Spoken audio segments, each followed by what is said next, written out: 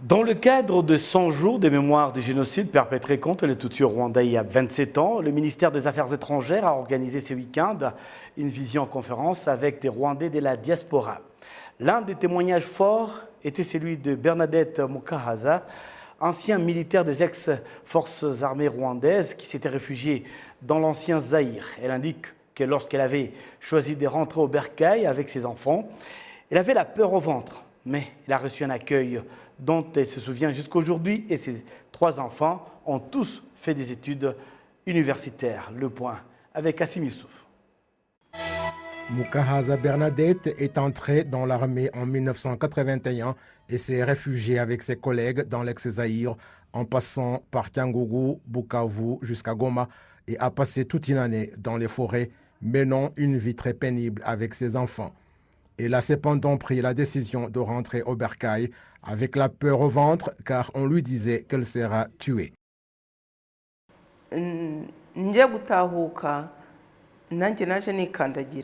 Je suis revenu effrayé parce qu'il nous avait dit que d'anciens soldats comme nous allaient être tués, mais j'ai quand même décidé de rentrer et j'ai découvert qu'ils nous mentaient tout le temps. J'ai 3 enfants et tous, sauf le plus jeune, ont terminé leurs études universitaires et je dois remercier le gouvernement pour cela. Le secrétaire exécutif de la Commission nationale de lutte contre le génocide, le Dr Bizimana Jean Damascène, indique qu'ils sont en train d'examiner comment les personnes d'âge avancé pourraient aider dans l'explication de l'histoire du Rwanda.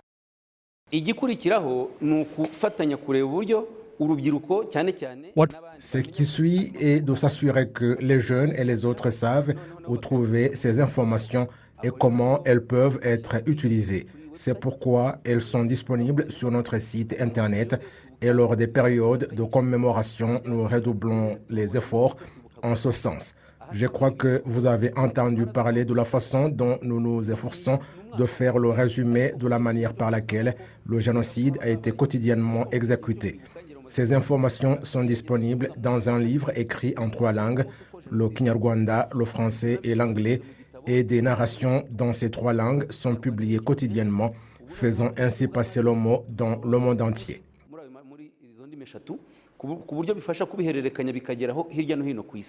Au cours d'une visioconférence, des Rwandais de la diaspora ont donné leurs opinions et présenté leurs problèmes sur l'histoire de leur pays. En plus de cela, je voulais aussi savoir ce qui peut être fait pour que les chercheurs rwandais puissent découvrir ce qui se cache derrière ce qui nie et révise le génocide.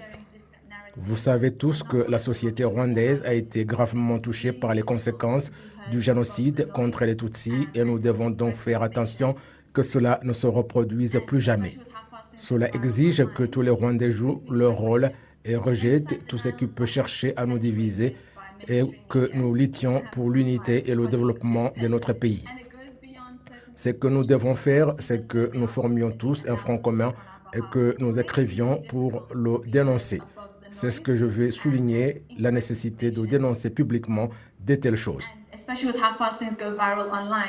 Le ministre des Affaires étrangères, le Dr Vincent Biruta, a condamné certains étrangers qui continuent à revoir à la baisse le nombre des victimes du génocide, même si le génocide ne s'explique pas par des chiffres.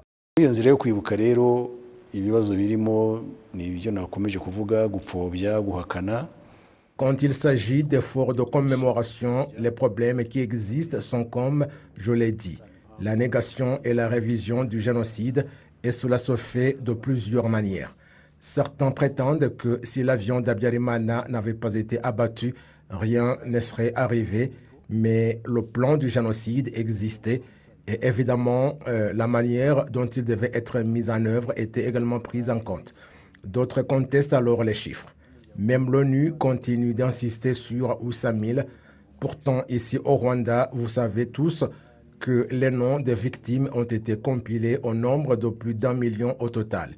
D'autres individus osent même prétendre que le nombre est plus proche d'un demi-million. Quoi qu'il en soit, le génocide ne peut pas être quantifié en nombre, mais essayer de réduire le nombre de personnes massacrées signifie quelque chose. Lors de cette visioconférence, il a été demandé aux jeunes de ne pas tomber dans les filets des personnes âgées qui leur inculquent le désamour envers le Rwanda alors qu'ils n'ont joué aucun rôle dans cette triste histoire. On leur a demandé d'apprendre des héros nationaux de l'époque, de l'expansion du Rwanda et de ceux d'aujourd'hui pour la reconstruction de leur pays.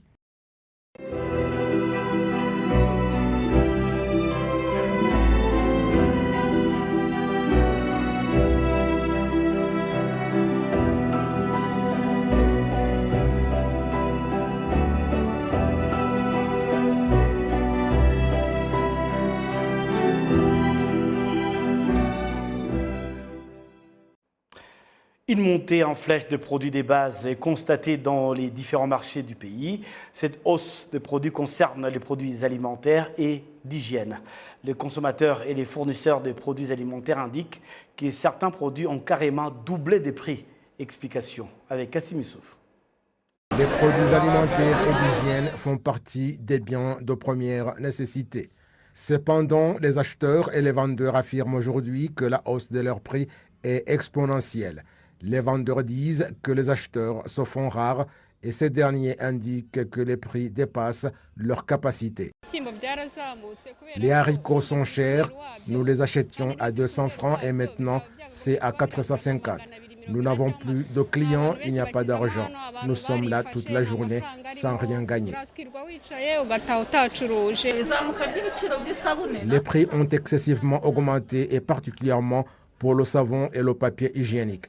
On ne sait pas si c'est suite à l'augmentation de l'impôt ou du taux de change du dollar. Les fabricants des produits de nettoyage ont souligné que les frais de transport et d'autres problèmes connexes sont les principales causes de la hausse des prix au marché. Le secrétaire exécutif de l'Association rwandaise de protection des droits des consommateurs indique que le gouvernement devrait trouver une solution à ce problème.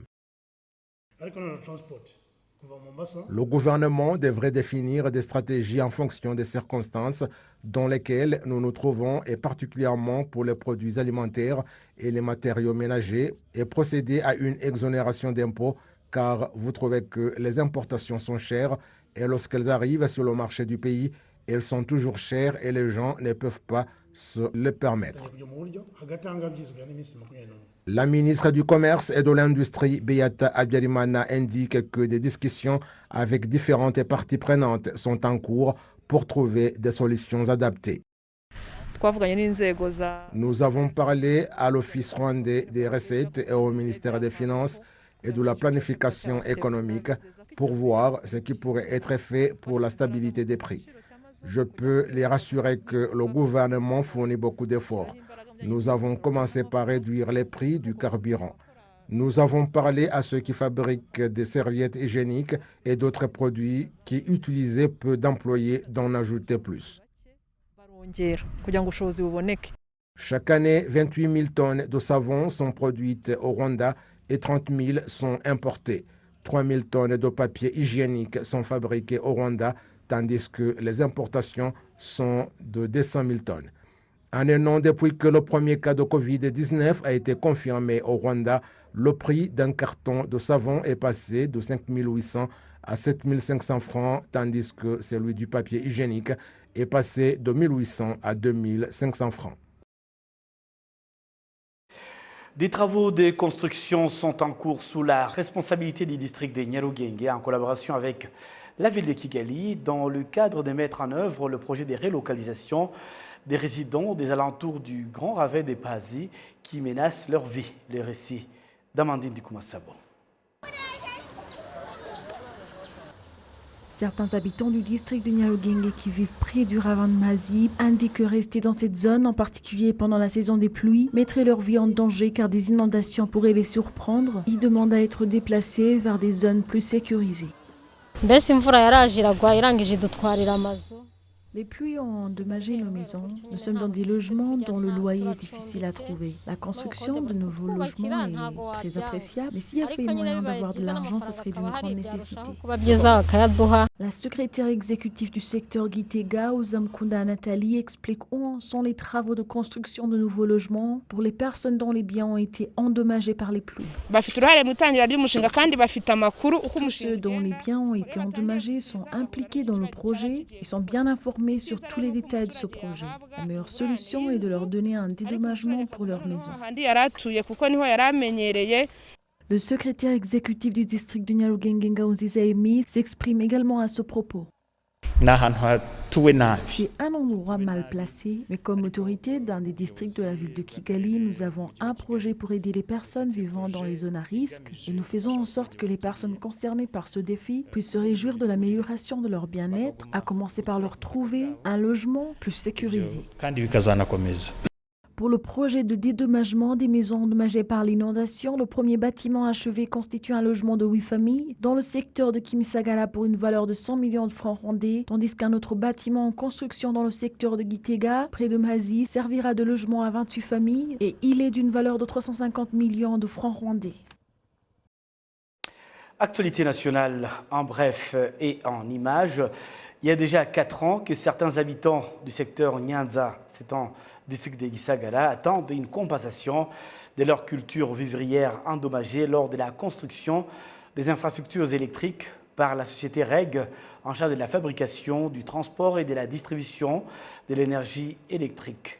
En effet, cette population indique avoir perdu des bananeraies, du manioc et des fruitiers lors de la construction de cette ligne à haute tension. Les responsables du REG leur avaient promis réparation, mais 4 ans, rien n'est venu.